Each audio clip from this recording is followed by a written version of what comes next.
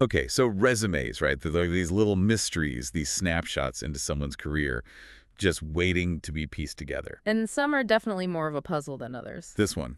This one is fascinating. Yeah, today we're diving into the career of Kartik Iyer. And let me tell you, this is not your average, straight down the line career path. Over 23 years of experience. This is a story with some twists and turns. Twists, turns, and a health food cafe. Okay, yeah, you saw that too. Had to be said. Data science, AI, and a health food cafe. There's a story there. Our mission today, folks, is to connect those dots. We're on the hunt for those aha moments that explain how you go from, well, Kale smoothies to algorithms. exactly. All right, let's start with that health food cafe. It's 2007. Kartik's running his own business. How does that even begin to translate to the world of data and tech? Well, think about it. Even back then, he's dealing with inventory, customer orders, maybe even analyzing sales data to fine-tune his menu. Okay, so he's got his finger on the pulse of his business, using data to make decisions. I can see that. Fast forward to his tech roles. He's analyzing massive data sets, hunting for patterns, digging for those valuable insights.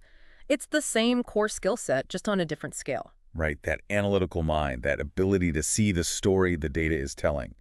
But it's not just about the numbers, is it? Absolutely not. Running a cafe, you need serious people skills. You're dealing with customers face-to-face, handling complaints, probably putting out fires left and right. Problem solving under pressure. Exactly. Those are invaluable skills in any corporate setting, especially in the fast-paced world of tech. So he's building resilience, learning to adapt on the fly, and then boom, he makes the leap into the tech world in 2010. But was it a complete 180? Was there anything in his cafe days that hinted at a passion for data or technology?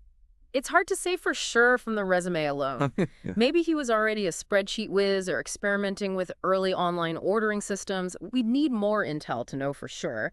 But here's what I can say. When he enters the tech world, he hits the ground running, and he starts making a real impact fast. Yeah, and one accomplishment that really jumps out is this: delivered 0.3x FTE efficiency through lean methodology and process standardization.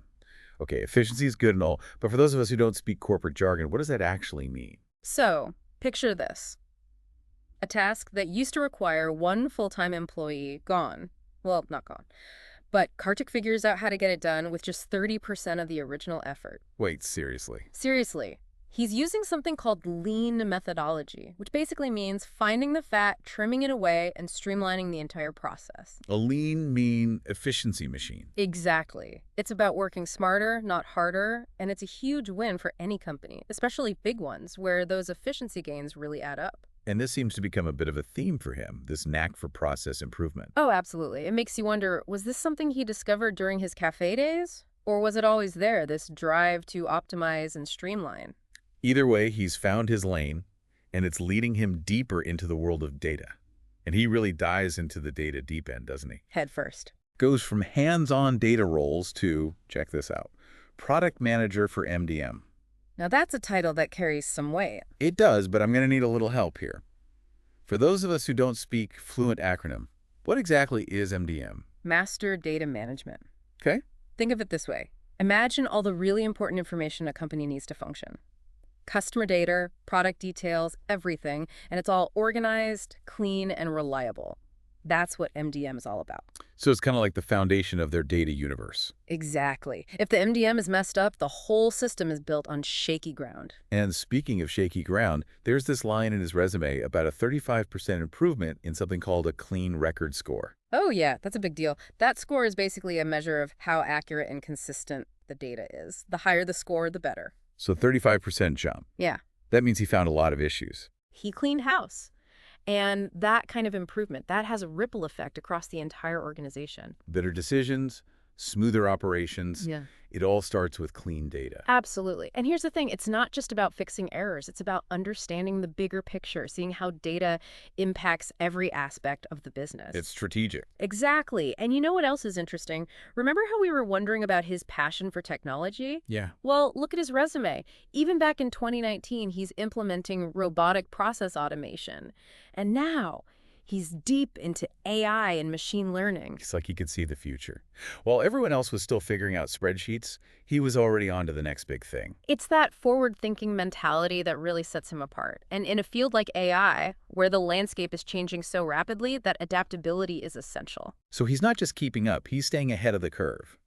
Which brings us to his commitment to learning. It's honestly pretty impressive. This is someone with over 2 decades of experience, and he's still hungry for knowledge. And you see it in his certifications. Yeah.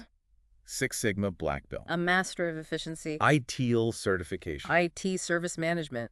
He knows how to keep those systems humming. And then on top of all that, he adds generative AI courses to the mix. I mean, talk about staying ahead of the curve. It tells me he's not afraid to learn new things, to embrace new technologies.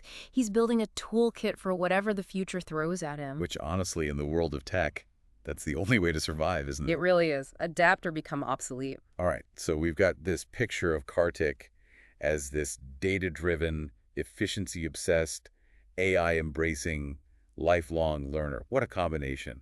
It's a powerful combination. But what does it all mean?